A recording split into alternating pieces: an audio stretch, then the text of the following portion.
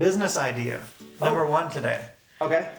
Elk shape, instead of elk shape, scratch that. Turkey shape. Turkey shape. Let it sit with you for a second. Turkey shape.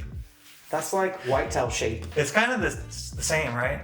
Well, I mean, no disrespect to whitetail hunters or turkey hunters. I love you guys. I love hunting those species. That's what I started hunting, was turkeys and whitetail, but no. Our funny business aside, I did want to go through our shots 2022, your shots 2022, and just break down each experience from an overview so we can just like, did your setup work? What might change? What did we learn? So the first thing I killed this year was a turkey. I used that Thorn broadhead. I was using the Mathews V3X29, 75 pounds. Arrow weight? 443. And you're gonna hear me say that on every animal. So The arrow didn't really change, right? A Rip TKO with Max Hunters, Max Helical to the left, and I flip-flopped through different broadheads quite a bit this year, but I used the Thorn mechanical here in Washington on that bird, and you watch the shot. I aimed a little bit behind that bone, that wing feather bone, and it just melted that bird. I mean, the bird just did not go anywhere. 20 yards or something. 20 yards through a ground blind. So one Merriam's turkey down. Yep. Then we head to AK.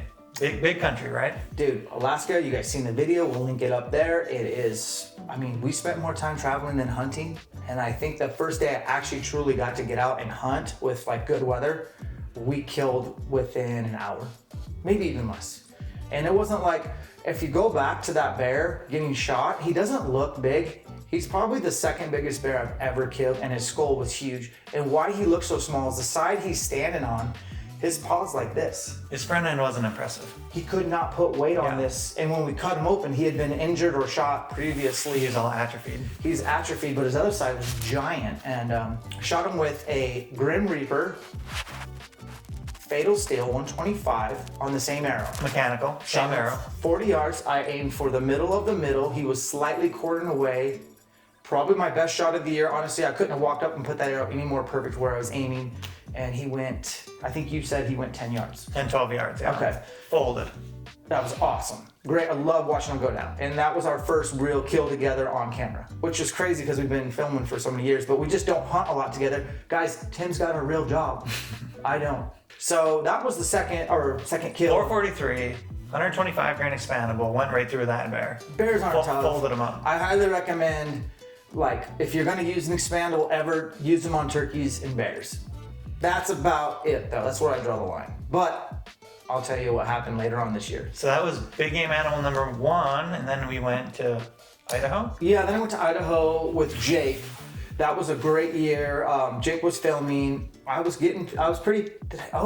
picky. I was kind of picky, but we did finally find a shooter bear. I found him by like finding his poop on an old abandoned logging road, and I was like, oh my gosh, this is a good bear. And what was cool is we ended up finding him like 2 days later on that same abandoned log road with a sow, a breeding pair. And it was towards the, I think it was towards the end of May or might have been early June, but ended up putting a stock on him and took a shot it was probably a 40-yard shot, and I was using the Iron Will single bevel. Both to the left. 125 to the left, everything's oriented to the left. And that first shot, I shot through the top of his back, but he whirled on the shot and it goes through, and we didn't know this till like weeks later. It went through and then he turned and actually cut his face. So that's how much that bear moved in one shot. He matrixed, but it still went through his cavity and then came out and nicked his head and just sliced him open.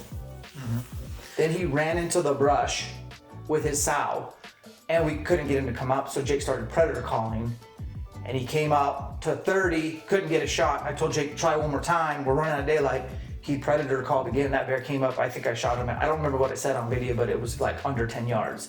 And I shot him behind the shoulder and got a pass through and got a tremendous blood trail for a bear. Short recovery, second bear on the ground. Single bevel left. What do you think? That was your first animal with the single bevel left? That was my second bear with the single bevel left. I shot one a year before. Cool. So they've both gone down, they both have died quickly, like very quickly. And the corkscrewing inside the cavity is insane. The first bear didn't have that much of blood on the ground, but he also only went 40 yards. That bear from 2022, I'd say he went almost 100 yards, but it was very steep. He made it, I mean, he paid us back, but he didn't go far. Lots of blood on the ground. And now number 3, which I'm actually kind of excited to talk about because in the history of knowing you, I can't even get you to sniff near a rifle. So tell us about number 3, man. Funny circumstance. I know bear number 2. I went and got another bear. I had 2 bear tags, and so I went hunting with Onyx, Dylan Dawson, and Andrew. They came over, and I took them to like some good bear spots, and we found these 2 bears, and I figured they were a breeding pair, and we talked to Dylan into shooting the boar, and he shot it honestly like 600 yards across canyon, and bear went right down, and the other bear just stood there, and we started looking at that bear. We're like, that bear is actually probably the boar. You should shot this out. And he's like, dude, Dan, you have a bear tag, don't you? I'm like, yeah. And he's like, shoot this, and I'm like, what? No.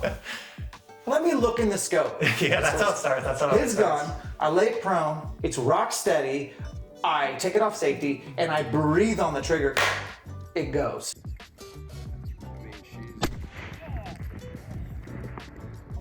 I killed something with a rifle. That was the rifle spot, though. That was the spot where you'd want to use a rifle. Yeah. Dude, another bear pops out, and you're like, do you want to shoot it? And I do have another tag. I've already killed 2 bears this year, and I was like, And Andrew behind the camera, just like, come on, Dan, we can get a double. How cool would it be to kill a double? I was like, well, let me just take a look at it. So I laid down. The rest was money, everything. Yeah. I've never shot his gun before. Okay, and then fast forward, now we're in the fall, start off the fall season. You head to pronghorn hunt, Went pronghorn hunting with Jake. archery. Spent 3 days. The video's out there. Dude, antelope are matrix. I literally think they were jumping my string. I missed a really nice buck. Not that far of a shot, probably 70. He was just looking at me, but I was already at full draw, had the range, had it dialed. He was gone before the arrow got there. And I was like, dang. And then the same thing happened again on another really cool spot that Jake and I crawled on our bellies forever in the middle of the desert, and it was so hot. It was like 100 degrees. And dude, whatever reason that buck picked me off, and when I shot, he just totally was like, oh, antelope are very, I don't know, in tune. So you gotta aim low, and then sometimes you shoot them and they don't even move, and they don't even flinch. So I used a lighter setup though. Yeah, I did not use a RIP that. TKO. Yeah. I used extreme velocity. So victory, and then I used that fatal steel. So on the day 3, I finally made a really good stock on a buck, and I shot him for probably 60. And I was crawling in a ditch, made a good shot, quartering away, but it was severe quartering away, and it hit him, and it went like lodged into his sternum, so it missed one of his lungs. So it was like a 1 lung, but he goes running. I look up, Jake's just like, wait a minute, oh, he's done. He was not done. So 1 lung, that antelope buck went a couple 100 yards, laid down, and we watched him forever thinking he was just gonna finally, go to sleep. Eventually he got up and started walking away in the desert, and I had to go put another one in him, which was really hard to do. So, man, that was like, I didn't get great penetration with that one, and that wasn't expandable. Every arrow to this point was a pass through. Pass through. And what did this arrow weigh? Yeah, right around 420. And I don't care about the weight. I still think I feel like if I'd used an iron will, it would have blown through him. Did it hit the offside shoulder? It kind of got lodged in the sternum.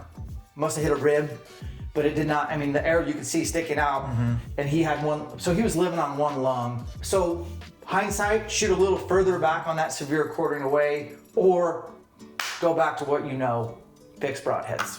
All right, and then now you roll into what your favorite time of year, right? Finally, September. None of this. Everything else is just fillers. This is like what I live for. This is what I train for. So Yeah. long story short, we shot a bull on September, I don't remember, day 5 in New Mexico. Yeah. Ambush, bubble hunting, 25-yard top pin. Waylaid him with the same arrow as far as RIP TKO, 443, iron will, single bevel, first time shooting an elk. Zipped through him like butter. I would say he didn't even know he was shot. He goes 15 yards. I put another one in him at 40. And this time I go through shoulder. The second shot was cool. The animal buckled. It damn near dropped him. And so he went down within 5 yards of that shot. And then on autopsy, it snapped it didn't hit his humerus, it hit his scap, but it hit kind of more the middle of the scap than I thought, and it snapped in half and passed through. Incredible, I got a lot of confidence in that iron will. And I tell people, if it's in your budget, you should probably invest. What about blood? Not a lot of blood, but he did die really fast. But not a lot of blood. That's like the only negative feedback I ever hear about single bevels in general is that a lot of times there's not a lot of early blood. Doesn't mean there's not a lot of late blood, but Yeah, I sometimes think- there's not early blood. And it depends if you hit them high lung, low lung, or all that kind of stuff. But I had 4 holes, Yeah. both lung shots, I would say. And then there's bleeders on those. Here's my deal. I think at the end of the day, if I'm hunting solo and if I have to call in elk and potentially take a frontal or try to get one in front of the shoulder, I feel really good about using an iron will for that, especially at 443 grains. All the confidence in the world. Then we went into Idaho, and I shot a bull at 48 and change, top of the heart, and I used I used a Grim Reaper Micro Hades 3-blade 125. Oh, faithful. And the reason I went back to that one is that I didn't have that many iron wills with me, and I wanted an arrow, 5 arrows in my quiver that were brand new. So I basically should have bought more iron wills. I would have used the iron will. Dude, you hit him in the top of the heart. He just tipped right over. Great blood. He didn't go 50 yards. Pass through. Passed through. Arrow didn't hit any shoulder. No bone. Just through the heart. Dead. Everything you hope for. Everything you hope for. And then the Montana bull was I don't know how many days later. I came home, took a break, but I went back out solo and called that bull into 18 yards. I think I shot him I had my dual track, so I had 2 pins and my top pin was set for 30, so I had to aim low and I still hit pretty high, but it was quartering 2. I went through the scap. We did a little short on that. That Grim Reaper, same broadhead, went through the scap, both lungs, out the guts, and into the dirt. Great penetration. Again, 443 total weight. Again, I'm shooting 75 pounds and my draw length's 27. Then I think I took a break from hunting. Came back in October. We built this studio. We started remodeling my basement. And I didn't go hunting till December. I took October and November completely off. So December, I got serious about whitetail and was able to shoot a really mature buck I've been after for 3 years, a mountain buck. And I shot him at 22 yards with the iron will single bevel left. He probably went 40, 50 yards. Pass through. Oh, great pass through. Entry exit, not a lot of blood on the snow. And then I gave him a lot of time. And so I sat in the tree stand and waited till it was dark. And then I called my wife and sat in the tree stand forever. I just wasn't sure, like 100% sure. And now with whitetail, especially, I don't push it. And so I gave him a full hour. Younger Dan would have got right down. Older Dan in his 40s, I just gave him a full hour, got down in the dark. Arrow looks really good, followed his tracks, and then he bled where he died. And when I got up there, it's like he slid down the mountain. It was like somebody took a sled and just went sledding, and then there was blood. And when I flipped him over, there was lots of blood, and like he probably went 50 yards tops. And so that wrapped up my season. Honestly, I was like, okay, what a great year. Let's start looking into next year. Yeah. And that's where we're at. So I don't know how many hours that is. I'm gonna eat all that meat, and we go through a ton of meat. We live off wild game, and I don't think I've heard people say that argument, like someone in my position kills for content. Check my history before social media. I've been out trying to hunt as much as possible. I live off wild game. I really believe in the resource that is renewable. 2 archery bears in the spring, 3 archery elk, 1 pronghorn, 1 whitetail. Everything passed through except for the pronghorn. Except for the pronghorn, the skinny. What a weird deal. Yeah, and so I really think it's just... That's a bunch of pass-throughs. You happy with your setup? What's a couple things that you're like looking at could change? The Max Hunters are loud. They probably steer a fixed broadhead the best, by far. But they are a little loud. So I'm gonna go back to Max Stealth. I think I'm leaning towards either a RIP TKO 5mm with either a max helical or probably 2.5 degree offset to the left if my bow's clock left. If they don't, I'll go right. That doesn't matter to me. And then I'll probably run iron will, single bevel, and orient it whatever way my arrows clock or orient out of my bow. I will say, I'm thinking about looking back at Easton Axis. They are a little bit heavier GPI, but I'm not like like Josh is really into light arrows, like low flow 400s, high 300s. I've always been middle, like 450-ish.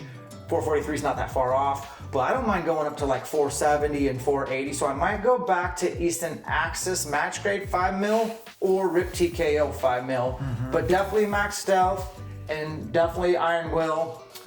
If I can get enough of those, they're expensive, but they just edge retention's amazing. And I have a lot of confidence, especially on elk. Grim Reapers are a very good option. I always mention those because both those are made in America, and the Grim Reapers are way more affordable. If that's in like your budget, get those. And I stand behind both of those. And I'm not sponsored, so I can just speak freely based on my observations. One thing I can guarantee is that all of this stuff is on the chopping block. Always be tinkering. I like to tinker. I'm a perfectionist, and perfection has not been perfected. So we're always looking to make little tweaks. You're the master of tinkering. Very cool year. Congratulations. Thanks, man. It's awesome to observe and watch someone who just loves what they do and has success at it and just tries really hard. Guys, hope you enjoyed this little look back and look forward. We're looking forward to 2023. We're looking forward to getting to 100,000 subscribers. Subscribe to our channel. It means a lot. And we'll catch you back for the next one.